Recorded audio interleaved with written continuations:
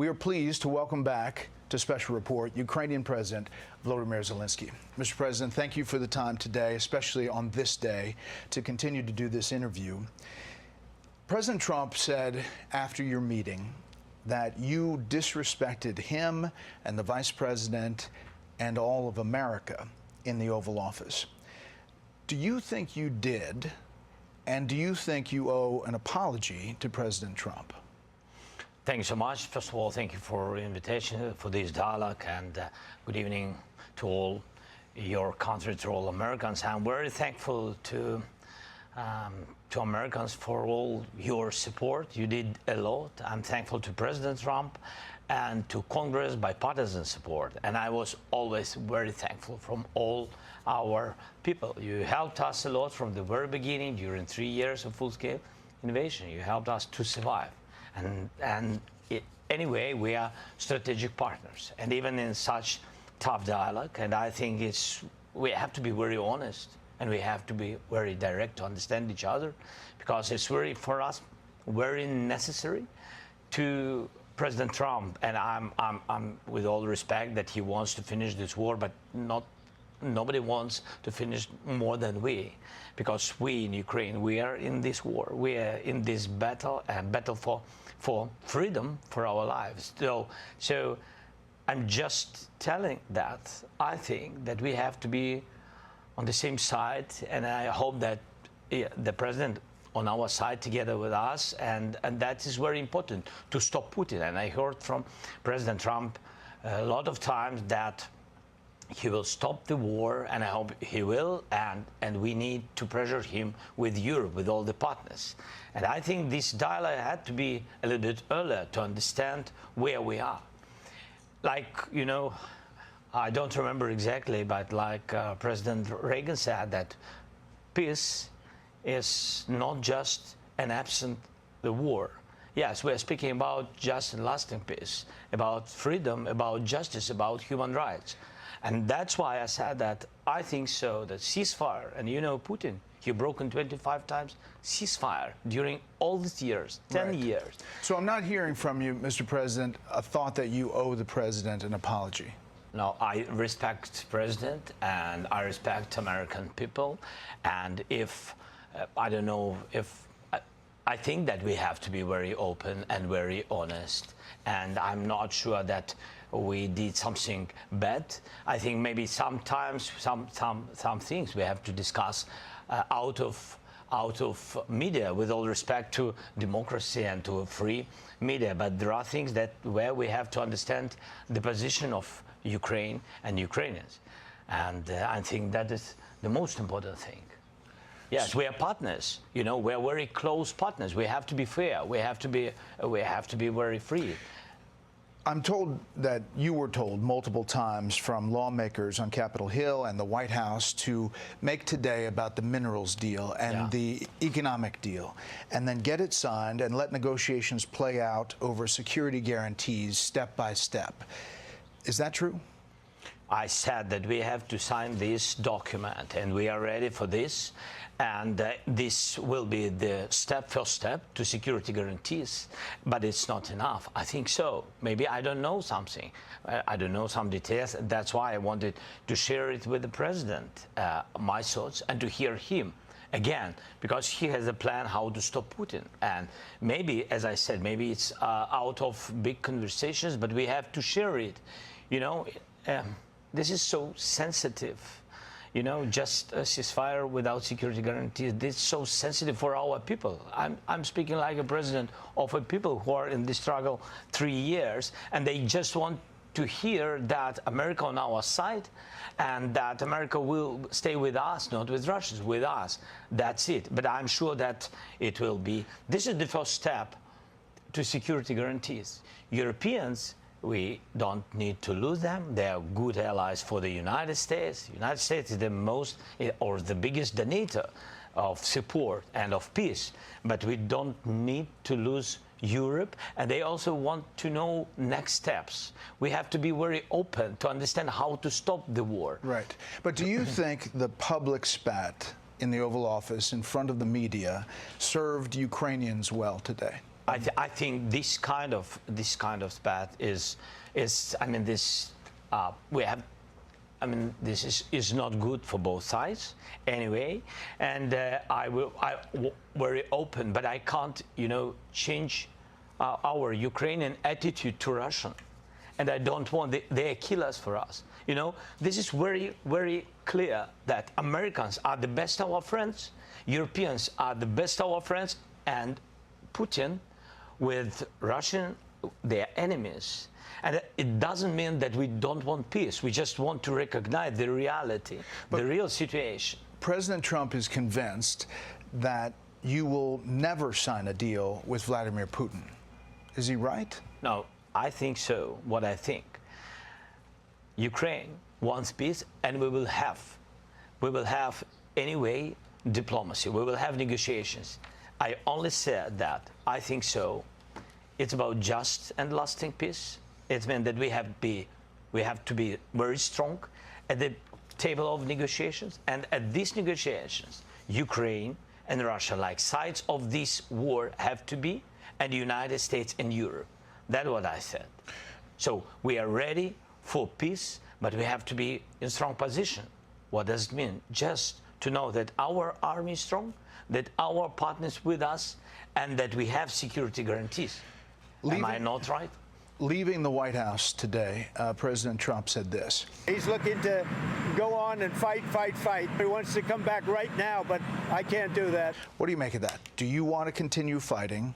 Do you want peace? And if he had the opportunity to go back to the White House right now, would you do it? No. First of all, we want peace. That's why I'm in the United States. That's why I visited President Trump. And thanks for invitation again. The deal on minerals is the first step to security guarantees. It's meant for the peace, closer to peace. That's why I'm here.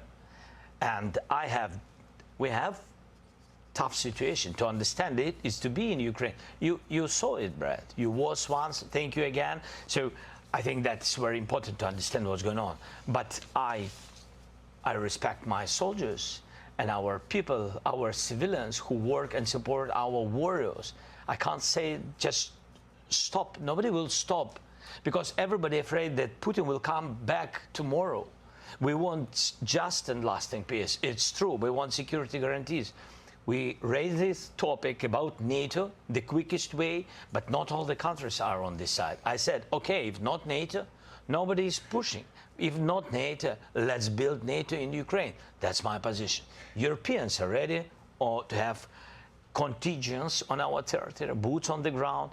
United States thinks maybe to help, maybe USA backstop, have to be just to guarantee that they are with Europeans. Look at Europe, it's strong, it became stronger, but they also want to have allies like the United States. That's what I said.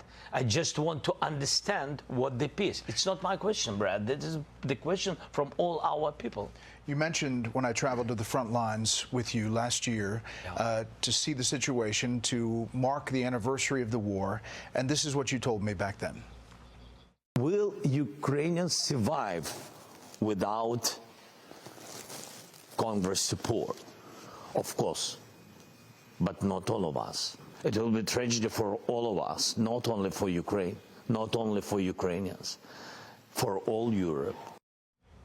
Yeah. So the question today is, can Ukraine win this war or hold off Russia without continued U.S. support? It will be difficult for us. That's why I'm here. That's why we speak about the future negotiations. It will be difficult without your support, but we can't lose our values, our people. We can't lose our freedom. So a lot of people, Russians came to our territory, you know it. Russians came to our houses, and everybody knows, everybody saw it, video, images, a lot of things. They killed so many people. Just to forget it, just to say that Putin is a great guy? No, without us. We don't want it. That's why we speak about, everybody remembered how it was the first days of the war, how they came. Nobody wants in Ukraine, yes, of course, nobody will forget it, but nobody wants to have, again, new wave of occupation. That's why when we say no NATO, what security guarantees can we have? I'm not pushing, we are not pressuring, we're just asking, we're just sharing very clear messages to our friends, to Americans. Right. If you stay with us, thank you so much, but let's do the infrastructure of security guarantees. Let's just share with our people, just with our people, that America, stay with us. That's great. We count on it. But just to share it and to say it, that's all. How does the war end? How do you get to a deal? You're at a place right now where there is no deal.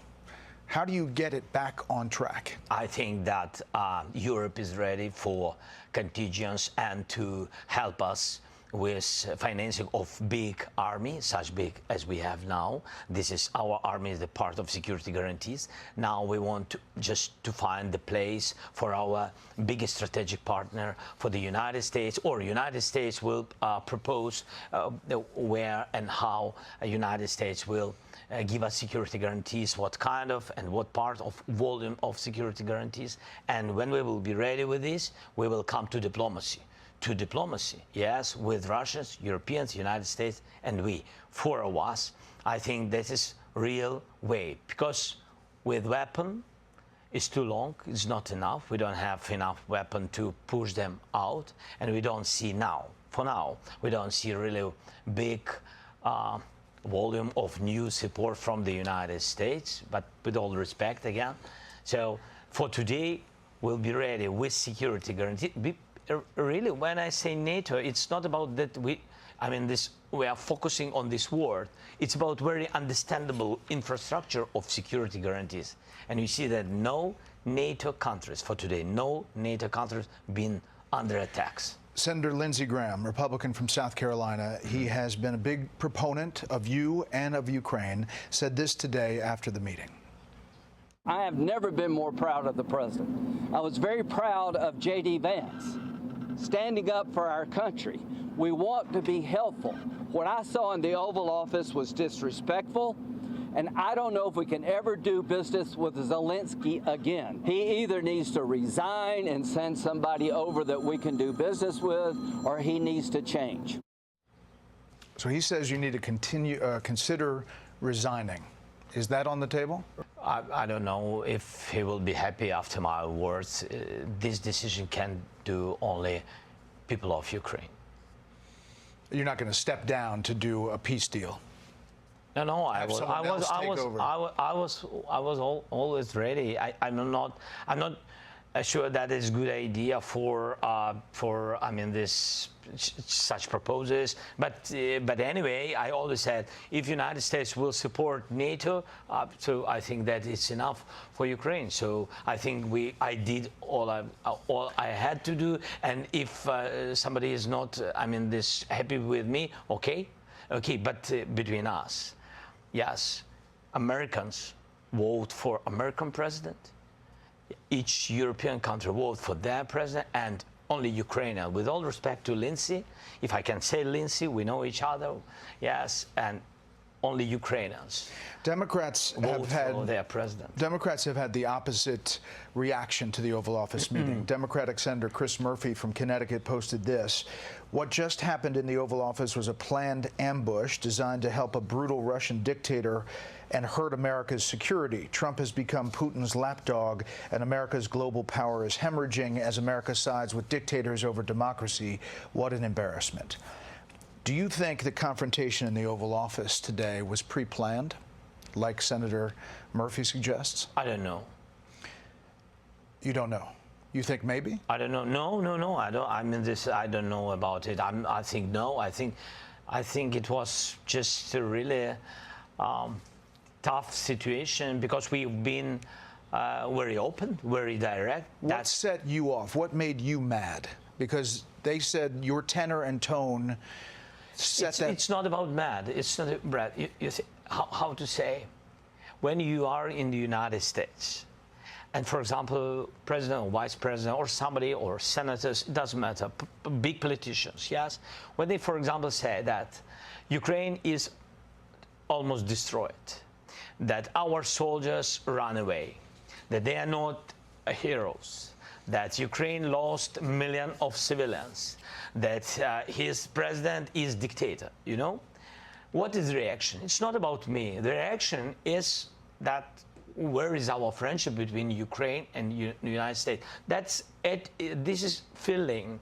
And that's why I do not want to lose our great partners at the United States. And I just said that it's not the first time. I said it by phone, and we had some other conversations, and we had in Munich meetings, and I said, please, be correct. Just, I want to be very polite. I mean this, be correct with this number. When you say about the number, each person is important. When you say about 1 million of losses, we don't have any million of losses. Just when you speak about the territories, maybe some territories and etc., it's not just territory, it's houses, it's people's lives. You know, their fathers, mother, their relatives, grandfather, they died or this. I mean, during this war. Nobody wants to forgive Putin. It's not funny, you know, or fairy tale. This is real life. That's right. What I said. And when you said it, a lot of times to my big friends who've been here today in our dialogue, and then they again begin to repeat the same things, I think it's not. I mean, that's why I said it's not good way between partners, good partners and friends. That's it. And I think that if journalists asking questions to president, with all respect to vice president, I mean, he has his interview. Mr. This President, is our dialogue. Shouldn't this dynamic, if you're going to be like this, be behind closed doors, not? Of course. And not, so do you regret that? Are you regretting that happened today? Regretting? Yes, I think it was not good. I think it was not good because we had a lot of different dialogues. I'm always open to media, but there are very sensitive things. I just want to be honest, and I just want our partners to understand the situation correctly. And I want to understand everything correctly. That's about us. Not to lose our friendship. A couple more things. What are the next steps in your mind? Here we are today. Yeah. What are the next steps? I think so. United States wanted this deal very much, and we've been not against this deal, but we wanted to understand what parts in security guarantees will take this deal and what next steps. Just again to understand for our people, during the war, what you don't like, even sometimes hate, surprises. It's understandable. Many terrible things this war brought to us. So we don't want any surprises. Yes, that's why we want to be very fair with our partners. And I think this deal, it was prepared by teams. It was not simple during weeks. And now it's ready. I think that they have to sign. The countries have to sign. The ministers have to sign. That's it. I don't know when they will do it. It depends on the American side. So exactly. the minerals deal did not have security guarantees listed in it. It's a part. The security guarantees? This is the part in the infrastructure of security guarantees. Because, for example, President Trump shared that. I think so that if we will be there in some productions and etc. in minerals, that Putin will never come on this territory where we are. And I said to him, don't trust Putin. Why? I said, because it's not, I mean we respect and we believe in strongness of the United States. But I said to him that we had more than 20 companies, American companies, big companies on the territory of Ukraine. And we had offices, even on temporary occupied territories. For Putin, it doesn't matter. It's American, European company or Ukraine, it doesn't matter. He just came and occupied it. That's what I said. I think this is a great idea, how to strengthen Ukraine and how to make business between two countries, how to make additional jobs for two countries. But it's not just these will not save us. I read what the Democratic senator said, that Trump has become Putin's lapdog. Do you agree with that President Trump is too close to Vladimir Putin in your mind? We spoke about it, and I think today very openly President Trump, he said that I want to be in the middle, otherwise I will not put these guys at the table. And is he right? I want really, I want to be very honest, I want really him to be more at our side. I will explain why. Because it's not just that the war began somewhere between our countries. The war began when Russia brought this war to our country, and they're not right. And they are not right. They didn't respect our territorial integrity. They brought the war on our territory to our families. Sorry for repeating, to our houses. And they're not right. And of course, all the Ukrainians want to hear strong position of the United States on our side. From one side, it's understandable. From another side, he wants to find some way of dialogue with Putin. But he always said, as I remember, he always said that peace through strength. And that's why I think that he's strong, United States strong, two parties together in this question, two parties always together against Russia. You're very strong to do strong steps against Putin. Americans are worried about where the money has gone. Yeah. Will there be a very rigorous accounting of where the money has gone? It seems like there is some question about whether there's corruption or sold military equipment. No, it can't be so. 100 billions we've got during 3 years. 183 from the U.S. Yeah. Now, on the paper, in the documents, yes. But we have, in fact, because 67 came like a weapon. It came through the border. It's checked and it's fixed by everybody, and we shared it not once with the American side. And 31.5, it was direct financial support to the budget. Again, it's very open. It's digitalized. It's open, free, and please, if somebody wants to check it again, we are very, very open with this. Last thing, Mr. President. Yeah. Do you think your relationship with Donald Trump, President Trump, after today, can be salvaged? Can be. Yes, of course, because it's relations more than two presidents. It's the historical relations, strong relations between our people. And that's why I always began with to thank your people, from our people. And this is the most important.